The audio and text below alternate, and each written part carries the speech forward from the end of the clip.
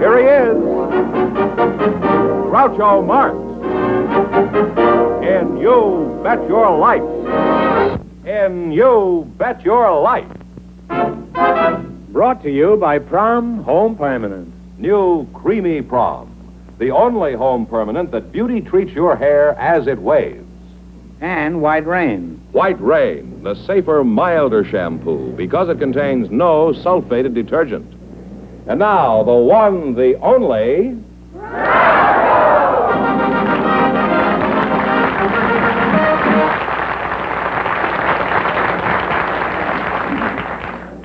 Well, here I am again with a chance for each of our couples to win $2,000. And it's even possible somebody might walk out of here with $10,000. Ducky, come down here. This is the secret word, and if anybody says it during the next half hour, Ducky will immediately pay him $100. Okay, Duck, on the lamp. What is the female of Duck, do you know? No, the male is Drake. I guess Duck, I don't know. Drake is a hotel, isn't it? What is the female of Duck? Isn't there a farmer Duck? in the audience? Duck? I think it'd be something more than that, wouldn't it? You would, wouldn't you? Yeah. Well, I'm not going to lay anything here tonight. That's pretty evident.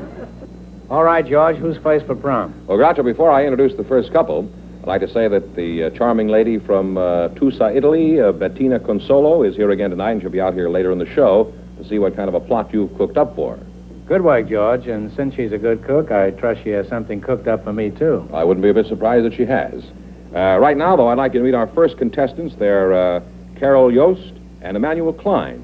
So, folks, you come in, please, and meet Groucho Marx. Welcome to Your Bet Your Life. Say the secret word, and you each get an extra $50. It's a common word, something you find around the house.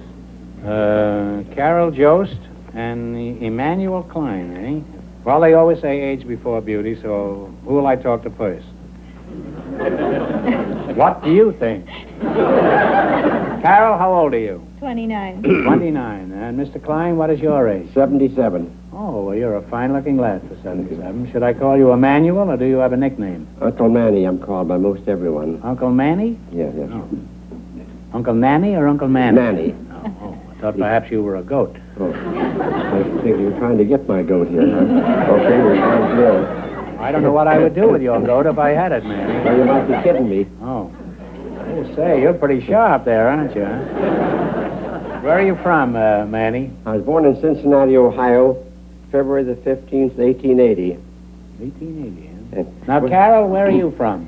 I'm from Getty, South Dakota. And then we moved to Pekin, Illinois, and finally settled in Los Angeles. Oh, Pekin, that's where Luella Parsons comes from. Did you know Oh, that? really? No. Yes, you did. You're married, I assume, huh? Yes, I am. How did you meet your husband, then? Well, he was in with the young group that my aunt was in. They were all sort of dating together, and she took me down to the little cafe where they always met, introduced me to him, and he swung around on the stool and smiled at me, and I just went overboard about him. You went overboard? Was this on a boat? No. Well, you sound like you were really sold on this fellow, huh? Oh, I was. Are you just as mad about him today as you were then? Well, it's pretty hard to be mad about anybody after 11 years, especially after you hear him snoring. Would you like to cure him of snoring? I certainly would. Well, have you tried holding his head underwater for about 12 hours? You know, we had a woman on the show one time who had a cure for snoring, and it really worked. Oh, what was Would that? you be interested in hearing? I'd love to hear it. She said when her husband went to bed at night, she strapped an orange in the middle of his back, and every time he rolled over and started to snore, he felt this orange, and he was uncomfortable, and he'd roll back on his stomach again. And a friend of mine tried that on her husband, and at the end of a year, her husband was still snoring. But she had 112 gallons of orange juice.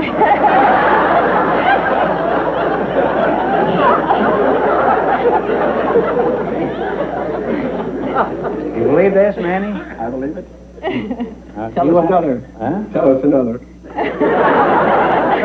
Are you implying that I'm lying, Manny? No, sir, no. Just stretching the truth, that's all. You know, we have a quiz later where it's conceivable that you might win some money. I want you to remember that, because I'm just as crooked as you are. You know? Are you retired? No, sir, I'm in business for myself. I've been in business for myself all my life, excepting 5 years. I'm in the antique business. You're in the antique Yes, business? sir. Now, do you have any other interests aside from antiques? Yes, I happen to be a jingle advertising man. Oh. I took that up 7 years ago with a fifth grade education, and I'm not afraid to say I'll challenge anyone in the country, regardless of their education, to beat me for speed and originality. You write jingles for I do. Advertising, and in spite of that, you've lived 77 years? Yes, sir. Yes, sir. What kind of customers do you have for your advertising? Why, jingles? mostly professional people. I write a little advertising jingle. As a matter of fact, if you'd like, I'd be glad to write you one right now. Well, I'm not that eager, but could you give us an example of a jingle that increased somebody's business? Yes, sir. Well, the first one I wrote was for a plumber. I do not write any fiction. Everything I'm repeating is I don't have to remember because it's the truth. Is this the first- poem? Yes, sir. Oh, well, that doesn't rhyme, what you just said. Well, just a minute now. Just a minute, boy. After all, I'm older than you are. You got to respect me for my age. Now, just a minute. The first one was read like this here. If your plumbing It is isn't bad... often we get anybody on the show that can say that. If your plumbing is bad and you looked all over town, take up your receiver and phone L.Z. Brown. Now, if you like another one... You know, that jingle sort of fits a plumber. Oh, sure. It even gives me a wrench, that thing. Sure that... Carol, what do you think of Edgar Allan Klein here, the Jingle King? Well, it's all right, but I think maybe I'm just a little bit overly critical. I write verse myself. You're a poet, too? Manny, run for your life. Well, this is surely more than just a coincidence. It's a calamity. Is that why Fenneman teamed you two together, because you're both poets? I guess so.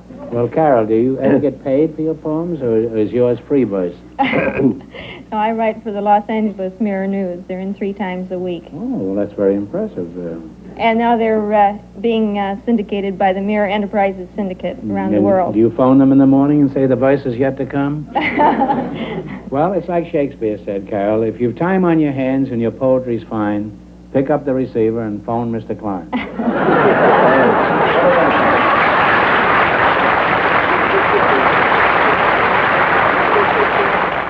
Carol, let's find out some more about your poetry. What do you write about? Well, I write about the children and Your my chil- husband. you have children? Yes, and my husband and myself. Could you give us one about your husband? Well, most of my favorites are a little insulting to my husband, so Uh-huh. I'll pick out another one. All right, pick one out that isn't too drastic. I like Knighthood in Flower. Oh, so do I. But give us the poem anyhow, huh? He's lost a lot of gallantries he used in courting days, like opening a door for me or helping in small ways. Now, when I go out to the car, I find he's gone before and settled down behind the wheel while I close my own door.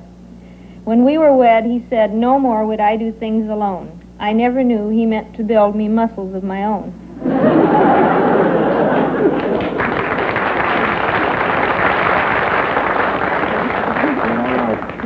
Well, that was very good, Carol. You say he always gets in the car ahead of you? Well, you know, after 11 years. Yes. Well, no.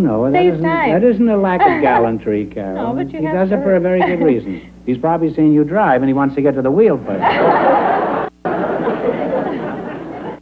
Now, I'd like to continue this, but we've got to get down to the serious business, which is winning money. Just as soon as George Fenneman takes 30 seconds for Gentle White Rain. What's good for washing dishes and clothes is not necessarily good for washing your hair. The fact is, most leading shampoos contain some sort of sulfated detergent. But Gentle White Rain shampoo contains no sulfated detergent at all. Its active cleansing agent is 3 times milder. White Rain gives hair gentle care, leaves it soft, easy to manage, sunshine bright. White Rain, the gentle lotion shampoo containing no sulfated detergent. We're going to play You Bet Your Life. You selected the dictionary quiz. Are you very good at this, Manny? Well, fairly good. I'll ask you some questions. If you miss 2 in a row, you're out. If you get 4 in a row right, you win $1,000. Could you give us a short poem, George? No, I don't think I could. What about the dog stood on the railroad track. He didn't hear the whistle. Toot, toot, sausages. How's that? Wonderful. We used to use that in our school act about 35 years ago. What is a cartographer, I guess? C-A-R-T-O-G-R-A-P-H. Map maker. Oh. Omar the map maker. You don't have to go any further. You have one right, three more right, and you'll have $1,000. What is a lapidary? One that cuts stones. Did you discuss this with her? It's right, but you see how dangerous this is? She might have said something else. She might have said a lapidary is where a secretary sits. While she's milking a cow, it's a lapidary. You have two right now. You're halfway to $1,000. All right, now, talk it over now. What is an anchorite? A-N-C-H-O-R-I-T-E. A-N-C-H-O-R-I-T-E. N-T-H? A-N-C-H-O-R-I-T-E. I'm afraid we don't know. Well, it's a hermit or a recluse. Oh, Well, you have one wrong now. Don't get the next one wrong, or you're out of the game. All right, what does salubrious mean? S-A-L-U-B-R-I-O-U-S. Happy and healthy. That's close enough. Healthy or wholesome is right. Well, you're back on the right track. You have one right now. What's the word for a trench usually filled with water that you find around an old castle? moat. Moat is right. Manny, Moat, and Jack. Two more right, you'll have $1,000. What is a samovar? It's a Russian teapot. A Russian teapot is right. One more right, and you'll have your $1,000. All right, what is the word for the sash or band that men wear instead of a vest? A cummerbund. Cummerbund is right. And you got four in a row, and you have $1,000. Well, we can't go. Thank you, much, Doctor. Wait a minute now. Wait a minute. Okay. You won $1,000. You can keep it and quit, or you can come back later at the end of the show and try to double your money. You may even get a crack at $10,000. So go over there and think about it, and no matter what you decide to do, thanks for being on the show. Thank you, Groucho.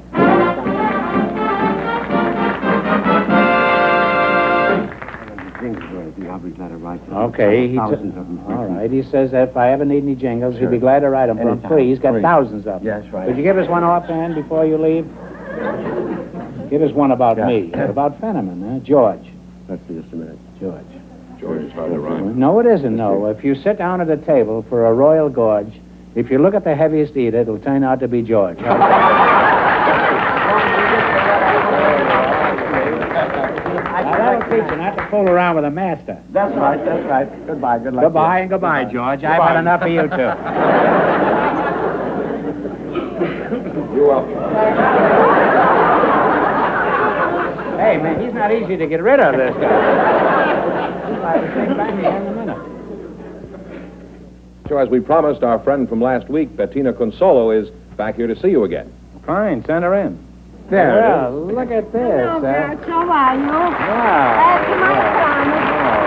That's my promise. Looks like two bath mats. Are you sure this is a pizza? That's a pizza. Oh, well, it looks wonderful. This got No. a salsiccia italiana. It's got a what? Salsiccia italiana. Oh, and what does this got? And this mozzarella e anchovy, delle calecche, delle lilagnenze, well, you- and cheese, Cheese, huh? and a dog. And a dog? And a dog.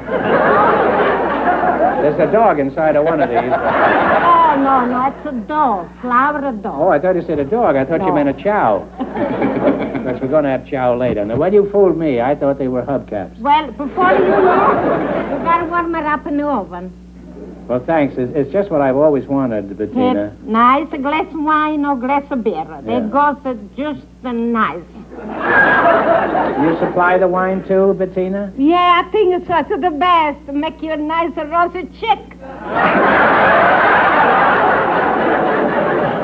George, I hate to have you do these kind of menial jobs. Would you put these in my dressing rooms? I'd be very happy to. And alight my position, will you? I'm standing by.